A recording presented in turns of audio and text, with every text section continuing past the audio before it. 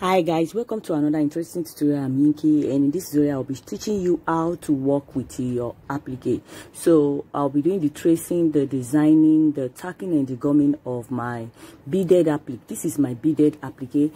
I'm using a lace material. This lace material has a bead, sequin, and also it has beautiful design pattern. So this pattern will be traced out. And after I trace this pattern out, I will now use it to design the yoke part of this ashoke. So let's go to the table to trace out. So here is my soldering iron. Make sure your soldering iron is very hot. And after you have after the soldering iron is hot, you can start your tracing. You can start your tracing. Trace like so. Go ahead and trace like so. So after I have traced out, this is what I have. You can see what I have. So there are many things to look out for when you're choosing your lace pattern, the type of lace that you can use for designing. So you must check out that that type of lace material is the one that you can mirror very well. Like the one you're seeing now, I'm tracing this part out and I'll be using it to design the center front. I mean the yoke part of the center front. You can see how this is. One will work for the right side and one will work for the left side. It is a kind of pattern that you can mirror it very well. I hope you understand what I'm trying to say, because if you buy some applique or some beaded lace, you'll find out that you can only use it's only one side. You can't get another one that will match for the wrong side, right side, after you have gotten one for the wrong side. But this type of pattern, you can see how it is very beautiful and you can easily mirror it.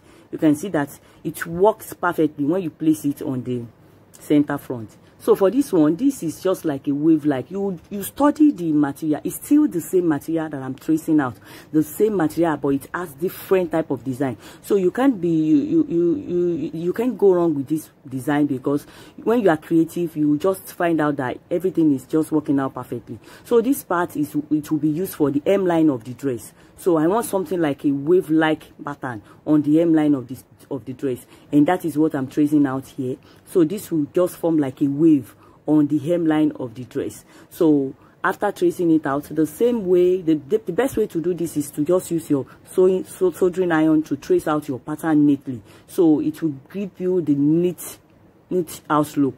So after I have traced everything out, then I'll start gumming it with my UHU gum. So UHU gum, this one, this is inside the plastic one. You can also use the one that is like a tube. You can still use that one too. So I'll go ahead and place the gum. Just place enough gum on the wrong side and stick it. Make sure you allow it to dry a little before you place it on the ashoke or any dress, any fabric you want to place it. So I will just the reason why I use UHU and I did not use other gum is that it works perfectly for me. It gums easily and it does not remove after you have gummed it. So look at the back yoke. This is what I'm trying to say when I say look for patterns that you can mirror easily. So this type of pattern can be easily mirrored. See the one I'm using for this part now. If I go for another one that looks like the one I'm holding and I place it on the other side, it will not work. Then see what I mean by look for the one that you can mirror, that can complement each other. Can you see that this one I'm placing here can never work for the one I just gummed? It can never. So that's what I meant by look for the one that can easily complement each other. They are like twin. So just look for that one. When you are buying your beaded lace, check the pattern very well and make sure the pattern is the one that you can easily mirror. That's what I mean by that. I believe from this you get what I meant by that now. There is no standard way for placing your applique. No standard way. Just be creative. Just be creative. Study the pattern very well and see where you can place it on your dress. Just study the pattern, study the dress, study the design of the dress, and see where you can place it. You can see this is very beautiful at the back. very, very beautiful. They really matches each other, very beautiful. So this is how you work with your applique. You can, even if you do, I didn't buy an applique, but I made an applique. So I'm happy. I'm very, very happy with this. This really came out nice. You can see the ones I did on the sleeve part. They match each other. Whatever you do on the right side, make sure you replicate it on the left side. That is what is, it's very important when you are designing with your beaded lace or designing with any applique.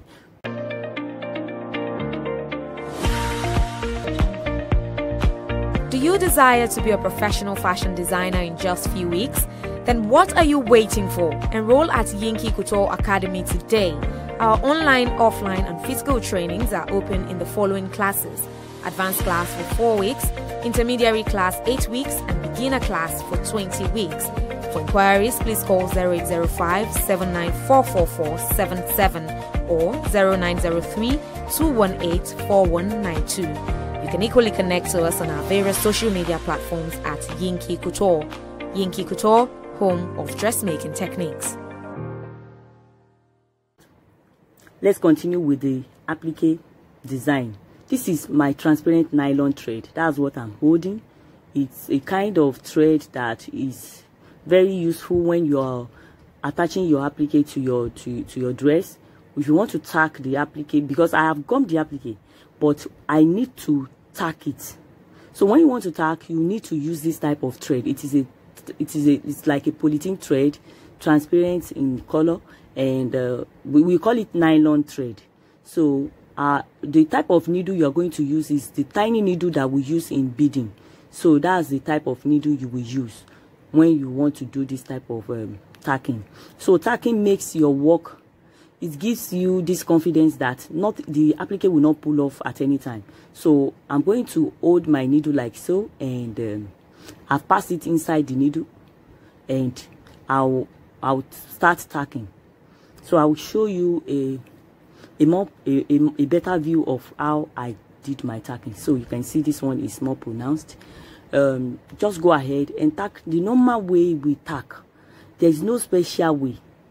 Just make sure the gum is dry before you start tacking.